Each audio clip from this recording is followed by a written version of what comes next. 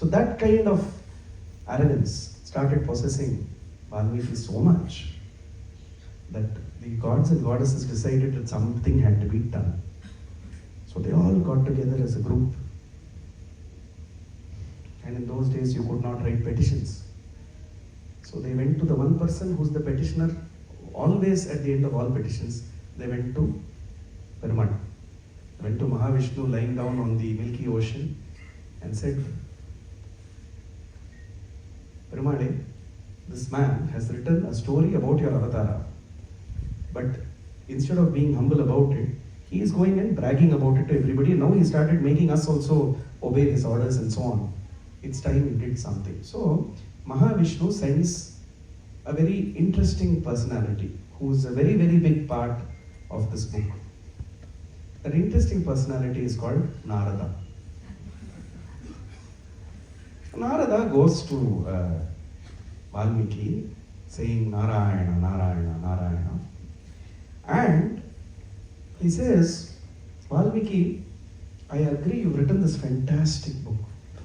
You're brilliant. Valmiki says, I know. He says, you're extraordinary. Valmiki says, tell me something I don't know. But there is one person who's written a Ramayana which is better than yours. Now you all know this about us also, right? If we write something, somebody says, this is nice, but your neighbor is slightly better, we always immediately say, how's that possible? So Valmiki also got outraged. He said, who can write a better Ramayana than me? You're just lying. Narada, you're as usual playing some trick on us. He says, no. You go read Hanuman's Ramayana. Again, he says, Hanuman, I don't think is a writer. He must be sitting curled up with his tail on a tree somewhere. He could not have been writing Ramayana, Narada, you're playing. But curiosity. And so Valmiki goes to the foothills of the Himalayas, where Hanuman still, Chiranjeevi, lives.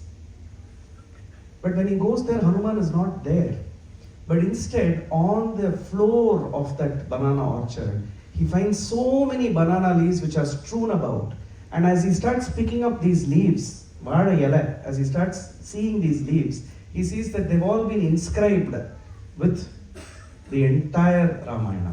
And as he starts reading those leaves, it is so beautiful, so beautiful, so beautiful that he starts crying. Hanuman comes silently from behind and he looks at this crying Valmiki and he says, Valmiki, why are you crying? And he says, you have written this Ramayana so beautifully, so beautifully, so beautifully. To which Hanuman says, if it's so beautifully, why are you crying? He says, no, now that I have read your Ramayana, I agree with Narada. Yours is better than mine.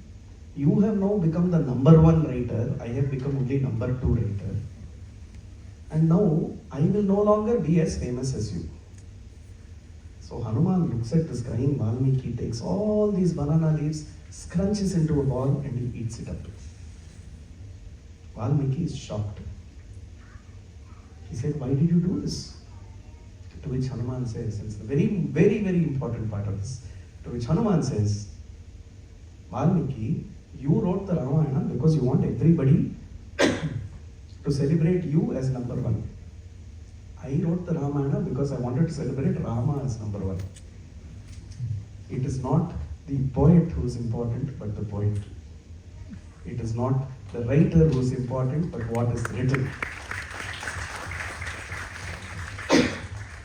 It is not the performer who is important, it is Carnatic music and the compositions that have been sustaining us forever and ever and ever. In this context, this Katha of Rama, which is very important for us, we celebrate as Rama Katha Sudha in Ragam Madhyamamti.